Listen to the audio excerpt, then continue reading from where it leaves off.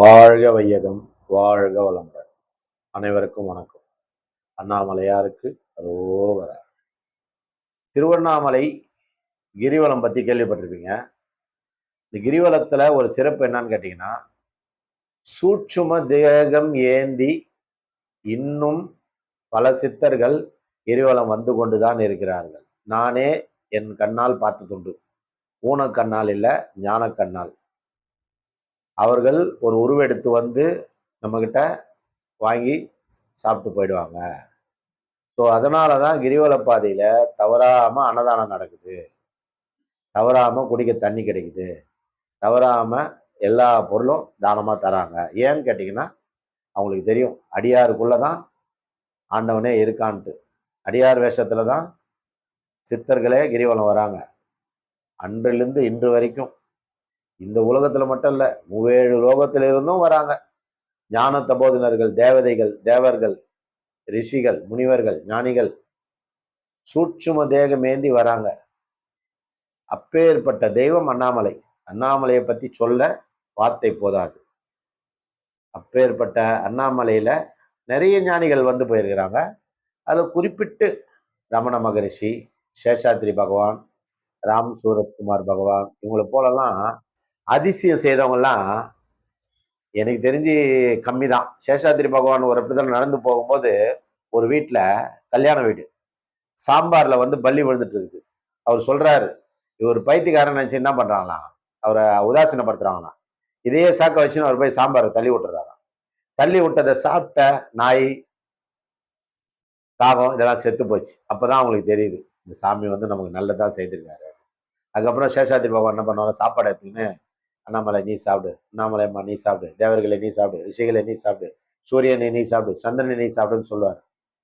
ஆனா யாருக்கும் தெரியாது அவர் ஞான கண்ணால பாக்குறாரு அப்படின்னு யாருக்கும் தெரியாது. அது போட்டோம். ரமணர்கிட்ட ஒரு பெரிய ரகசியம்.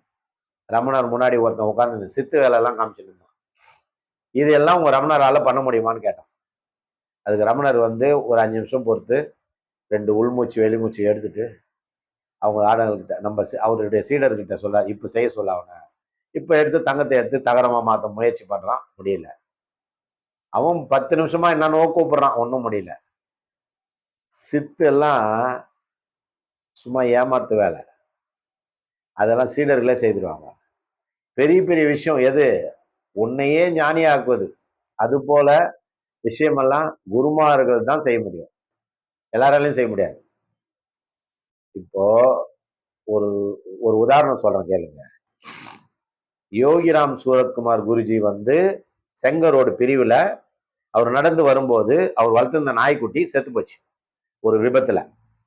கூழாயிடுச்சு, வண்டிக்காரன் ஏத்திட்டு போயிட்டான். அதை அப்படியே கூடையில வாரி போட்டு அதுக்கப்புறம் ஒரு கோணியை போட்டு மூடி ஒரு 20 நிமிஷம் ஜெபம் பண்ணாரு. அப்புறம் நாய்க்குட்டி உள்ள இருந்து வெளில வரும்.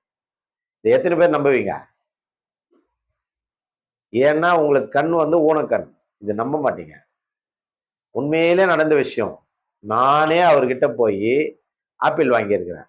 அவர் 2 இடத்துல உட்காருவார். தேராண்ட உட்காருவாரு, ரயில்வே கேட்டாண்ட உட்காருவார். அவர் பேர் அப்போ கொட்டாங்குச்சி சாமியார் தான் சொல்லுவாங்க. பால் தான் குடிப்பார். ஆனா சிகரெட் பிடிச்சிக்கினே இருப்பார்.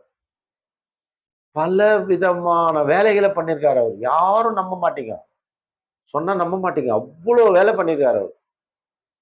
அற்புதங்கள் நிகழ்த்தியிருக்கார் யோகிராம் சூரத்குமார். இன்னும் கூட நிறைய அற்புதங்கள். அவரை நினைச்சு எது வேணும்னு கேட்கறியோ 108 தடவை யோகிராம் சூரத்குமார் வாழ்க அப்படின்னு சொன்னீங்கன்னா நீங்க நினைச்சதெல்லாம் நடக்கும். ரமண மகரிஷி உள்ள போய் ஆசிரமத்தை போய் உட்காந்து அந்த எனர்ஜியை ஏத்தின்னு வந்து, பகவானே ரமணா, பகவான் பகவான் ரமணா வேண்டுனா அனைத்தும் நடக்கும். அதே மாதிரி சேஷாத்ரி ஆசிரமத்துக்குள்ள போய் நீ சேஷாத்ரி பகவானை மனதார வேண்டி அவருடைய நாமத்தை, திருநாமத்தை சொன்னீங்கன்னா உங்களுக்கு தேவையான அனைத்தும் கிடைக்கும். இது எல்லாம் இவங்களுக்கு இந்த சக்தியை கொடுத்தது யாருன்னா அண்ணாமலையார். ஸோ நீங்க ஏன் உங்களுக்கு இந்த காணொலி போடுறேன்னா, அடுத்த வீடியோல இன்னொரு உண்மையை சொல்றேன். இதே திருவண்ணாமலையில பிறந்த ஒரு மகானோட சரித்திரத்தை சொல்றேன். நன்றி. வாழ்க வளமுடன்.